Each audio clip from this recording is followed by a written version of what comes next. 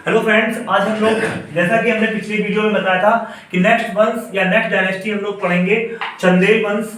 चंदेल वंश को पढ़ने से पहले इनका एरिया देखेंगे और इनका एक और नाम है नेक्स्ट, उसको भी हम लोग देखेंगे। अगर हम बात करें सर चंदेल वंश की, तो चंदेल वंश जेजाज भुक्ती वंश के नाम से जाना जाता है।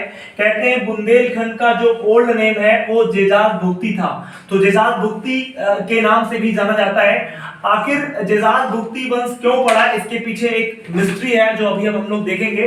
पहले हम ये देखेंगे कि जो गुर्जर प्रतिहार हैं उनके सामंत थे चंदेल, तो गुर्जर प्रतिहारों के सामंत कौन है? चंदेल हैं। अगर हम बात करें नन्नुक की, तो नन्नुक के पौत्र जय सिंह, जिनको शॉर्ट फॉर्म में जेजा कहा जाता था, इन्हीं के नाम पर इस वंश का नाम जेजाज भुक्ती पड़ा। तो क्वेश्चन ये पूछ लिया जाता है कि जेजाज भुक्ती नाम क्यों पड़ा, उसके पीछे रीजन ये है कि जयसिंह जो है, जिसको जेजा कहते हैं, उसने क्या किया, बेसिकली बुंदेलखंड का शासक है, उसी के नाम पर जेजाज भुक्ती नाम पड़ गया चंदेल वंश का। ये किसका पौत्र है? वो है आपका नन्नुक का। तो क्रोनोलॉजी अगर देखें तो चंदेलों की क्रोनोलॉजी में पहले नन्नुक आएंगे, फिर यशोवर्मन आएंगे, फिर धन आएंगे, कीर्तिवर्मन आएंगे और परमर्द देव आएंगे। अगर बात करें हम नन्नुक की, तो नन्नुक फाउंडर है किस वंश का? बोलो सर, चंदेल वंश का फाउंडर है। ठीक, तो चंदेल वंश का फाउंडर कौन है? नन्नुक। और उसके बाद अगर देखें तो उसके बाद हम यशोवर्मन को देखेंगे। सर एक पॉइंट याद रखिएगा, चंदेलों ने ढेर सारे मंदिरों का निर्माण करवाया।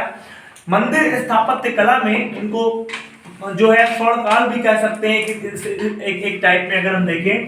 तो इसमें अगर यशोवर्मन की बात करें तो यशोवर्मन ने खजुराहों के मंदिरों का निर्माण प्रारंभ करवाया बट कंप्लीट नहीं किया, ये भी याद रखिएगा।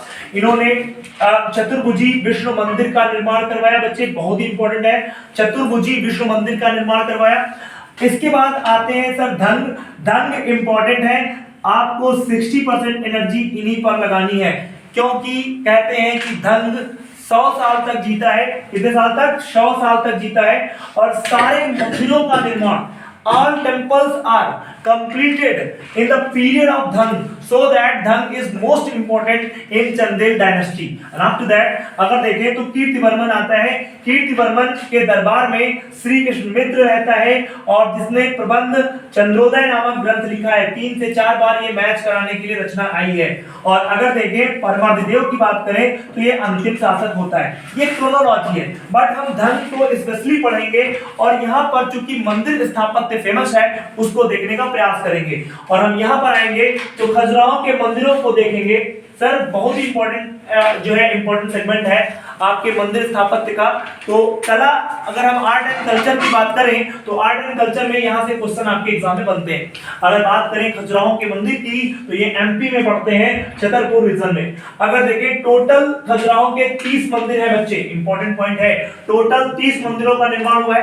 क्वेश्चन यूपीपीसीएस आरओ में पूछा गया कि निम्नलिखित में से किस धर्म के बारे में जानकारी नहीं मिलती है, या किस धर्म के बारे में या जानकारियां, या आप कह सकते हो किस धर्म के जो पिक्स हैं वो आपको मिलते हैं खजुराहो के मंदिर में, या किस धर्म के देवताओं को या गॉडेस या गॉड को डिफाइन किया गया है। अगर ये देखा जाएगा तो शैव, वैष्णव और जैन, इन 3 धर्मों से संबंधित आपको क्या मिलेंगे? पिक्स मिलेंगे।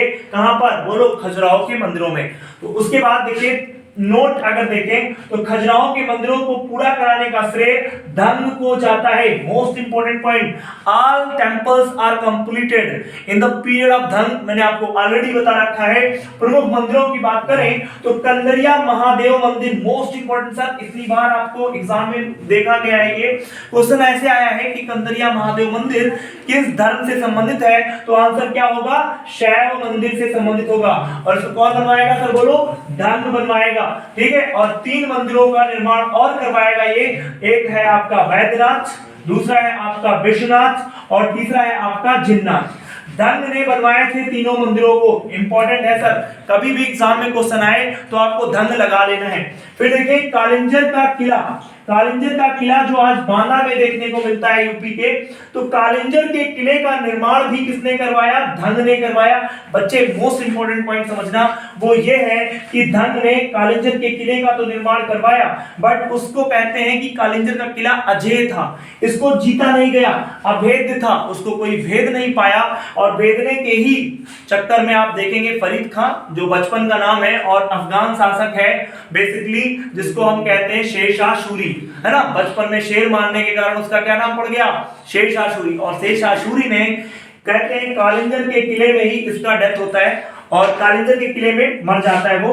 तो बात करते हैं धंग की, तो धंग ने एक टाइटल गेन किया, कालिंजर अधिपति, ठीक है, याद रखिएगा, क्योंकि इसने बनवाया कालिंजर के किले को और वहीं पर इसने कैपिटल भी बनवाई कालिंजर को, अपनी कैपिटल भी बना लेता है आगे चल करके, तो कैपिटल भी बनाता है, तो इसके साथ में कालिंजर अधिपति टाइटल भी गेन करता है। और कहते हैं 100 साल की उम्र में धंग जो है आपका प्रयाग आता है और उसका मानना है कि वो गंगा, यमुना और सरस्वती की धारा में संगम पर आकर के अपने प्राणों को त्याग देता है। तो आई होप आपको ये पूरा चंदेल डायनेस्टी समझ में आई होगी और इसमें कोई भी ऐसा पॉइंट नहीं है जो मैंने नहीं बताया, और एग्जाम में यहीं से क्वेश्चन मिल जाते हैं और हम इतना ही करेंगे चंदेल शासकों में। आई होप आपको चीजें समझ में आई होंगी। थैंक्स।